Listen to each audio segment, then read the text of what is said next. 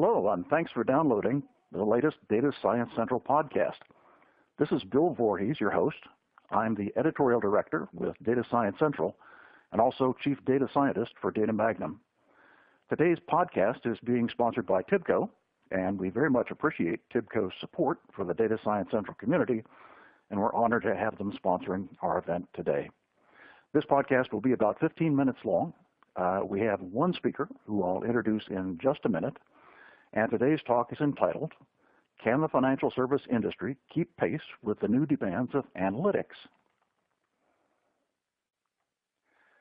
Our speaker today is Sean Rodgers, who is the Senior Director of Analytics Strategy at TIBCO.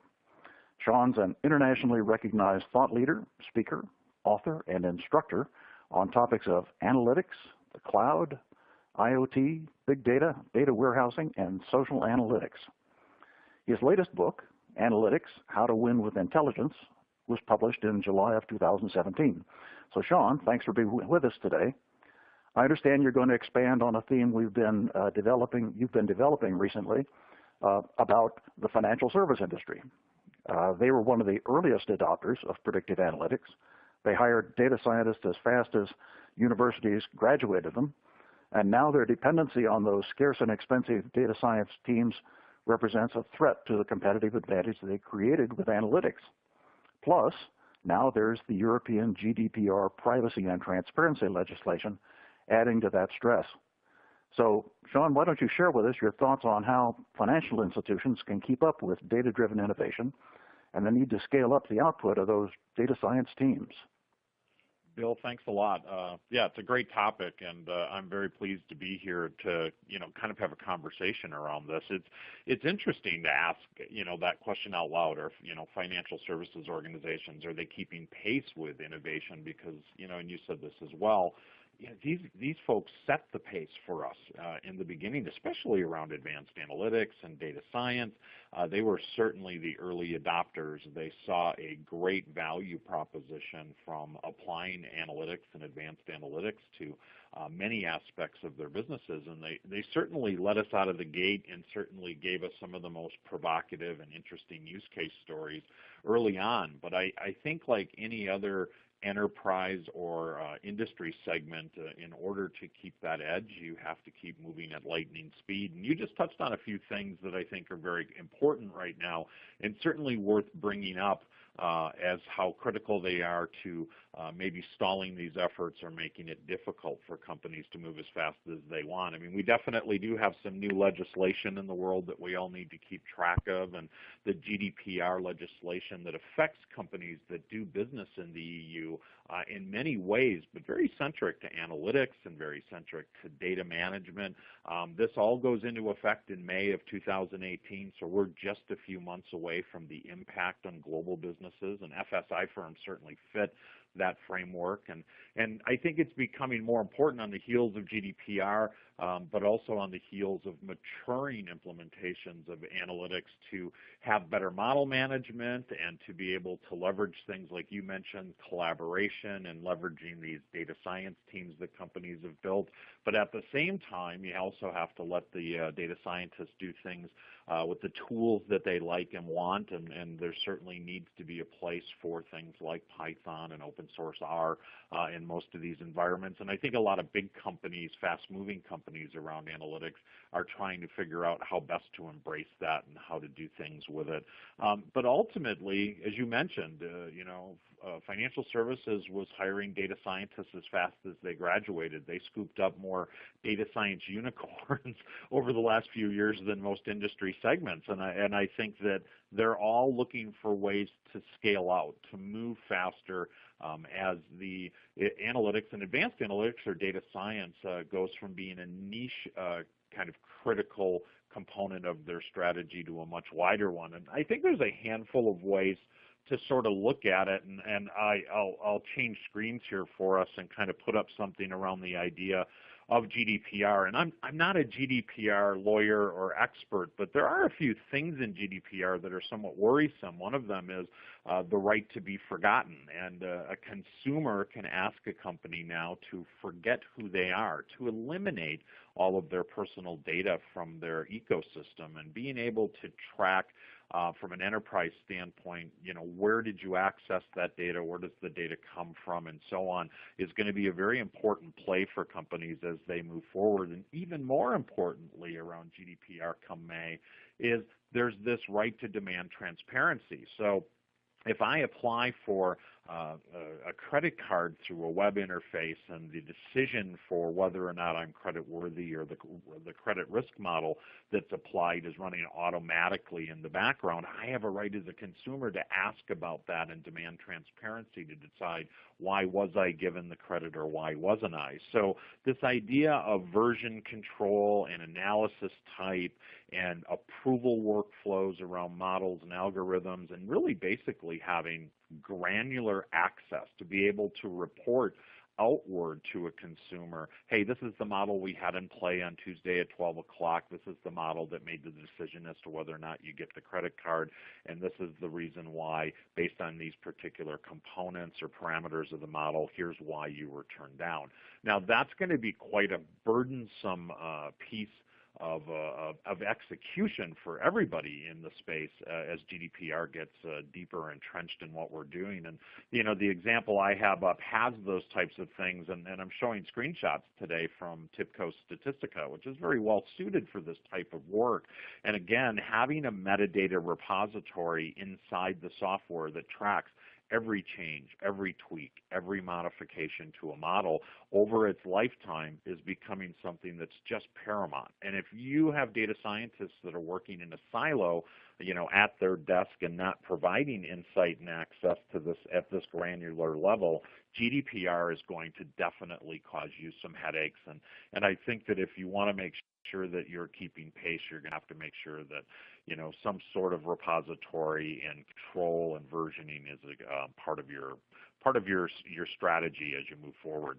I mentioned how these types of repositories, a metadata repository will allow you, or a model repository will allow you to manage your models, and I think that that's also becoming very important. Again, the siloed effect from having a really smart data scientist working on their own in the beginning was probably just fine for most financial services organizations, but today I think you have to have a much wiser and smarter approach to how you manage the models, and also how you make sure that you're optimizing them. I think this fire and forget of, we did the project, we put a model in play, the algorithm's running, and now we're making business decisions on it. If you're not going back and looking at your credit scoring models and deciding whether or not you can get better lift by applying different algorithmic approaches, you're going to find yourself at a point pretty quickly where the model's not returning the same ROI, and you're not getting what you want from it. An example that I just put up on the screen really shows a very complex workflow, and there's 3 sort of orange nodes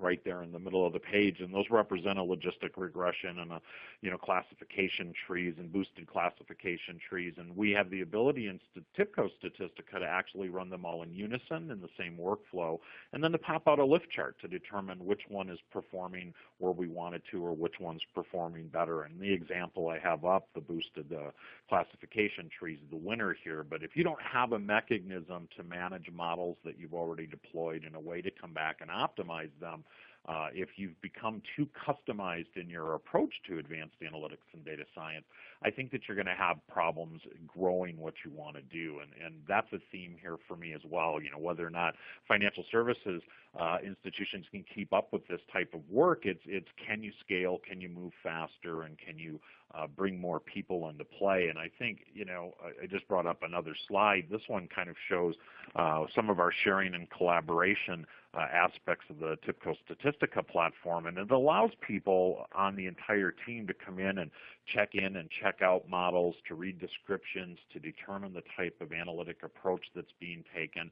And then again, if I decide to make a change or deploy it somewhere else, all of this is written back to this repository, so I have this granular view of everything, and at the same time I can start to let bigger, wider teams all work side by side and keep track of each other. The days of only having a data scientist for many large companies is already passed us by. There's data science teams, there's data science centers of excellence, and all of these kind of locations within the group require tools that will support a broader team.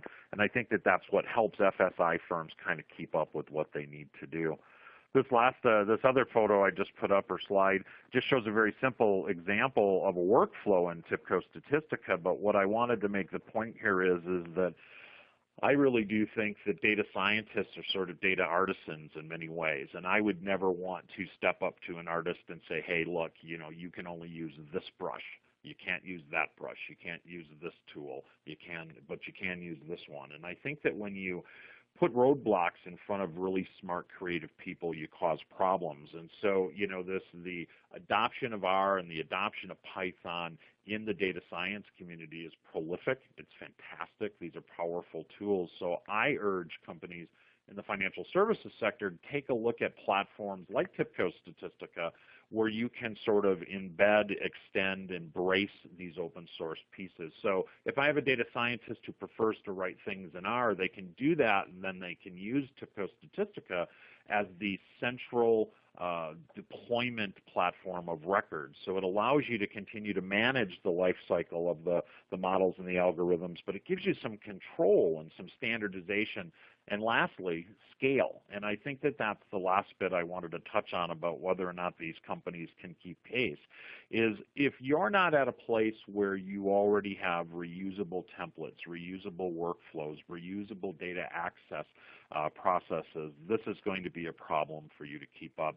Our software, TIBCO, again, has several different interfaces for the consumer. So in the upper left-hand corner of this slide is a standard workflow. It's complex. It was authored by a data scientist, but it's exposing certain parameters of this process and the model to a perhaps less data science individual, maybe a citizen data scientist, or somebody who has a lot of business knowledge, or a domain expert who might want to benefit from data science but isn't prepared to build the model, put the algorithms all in the right place, and manage the entire process. So that what they want to do is they want to come in and they just want to select a few parameters, run the model, and consume the output.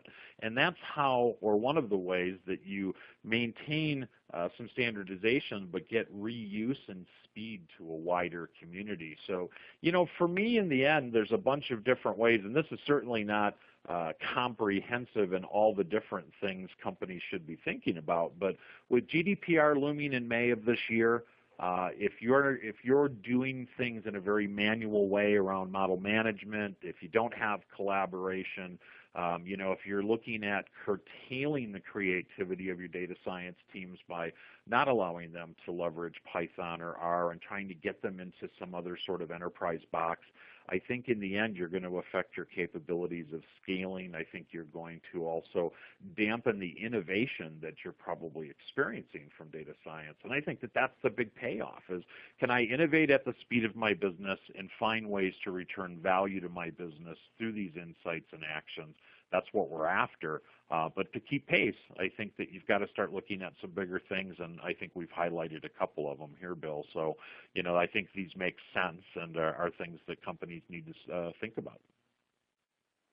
Well, Sean, thank you for that excellent presentation. And I'd like to thank TIBCO for sponsoring today's DSC podcast, and particularly our speaker today, Sean Rodgers, for his insight into today's topic.